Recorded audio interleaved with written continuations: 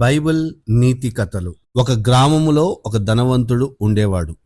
ఆయన తన గ్రామానికి చెందిన చిన్ననాటి స్నేహితులను ఒకనాడు హోటల్కు విందుకు ఆహ్వానించాడు. వచ్చిన అతిథులందరూ పల్లెటూరుకు చెందినవారు కనుక వారు హోటల్లో విందుకు కూర్చున్నప్పుడు ఏది ముందు తినాలో తెలియనందువలన వారందరూ కలిసి ఆలోచించి ఈ ధనవంతుని గమనిస్తూ ఆయన ఏమి చేస్తే దానినే చెయ్యాలని తలంచారు. వారి ఆలోచన ఫలించింది. చివరికి వారికి పాలు అందించబడింది. ధనవంతుడు పాలని సాసర్లో పోశారు. అతిథులందరూ అలాగే చేశారు. ధనవంతుడు పంచదార సాసర్లో వేసి కలిపారు.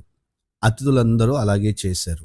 ధనవంతుడు బంగాళదుంప చిప్స్ తీసుకొని చేతితో నలిపి సాసర్లో వేశారు.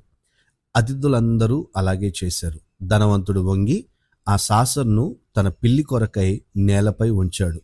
అతిథులందరూ ఏం చేయాలో అర్థం కాక తెల్లముఖం వేశారు.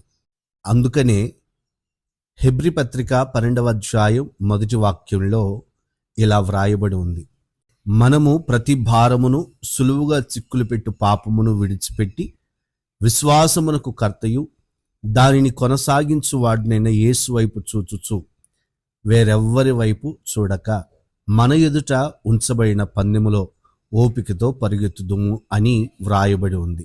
చాలామంది విశ్వాస వీరులుగా ఉన్న అనేక మందిని ఆదర్శంగా తీసుకుంటారు. వారిని అనుసరించాలని ఆశిస్తారు. ప్రతి మానవుడు ఏదో ఒక లోపం ఉన్నవారే, కానీ యేసు మాత్రమే ఏ దోషము లేనివాడు.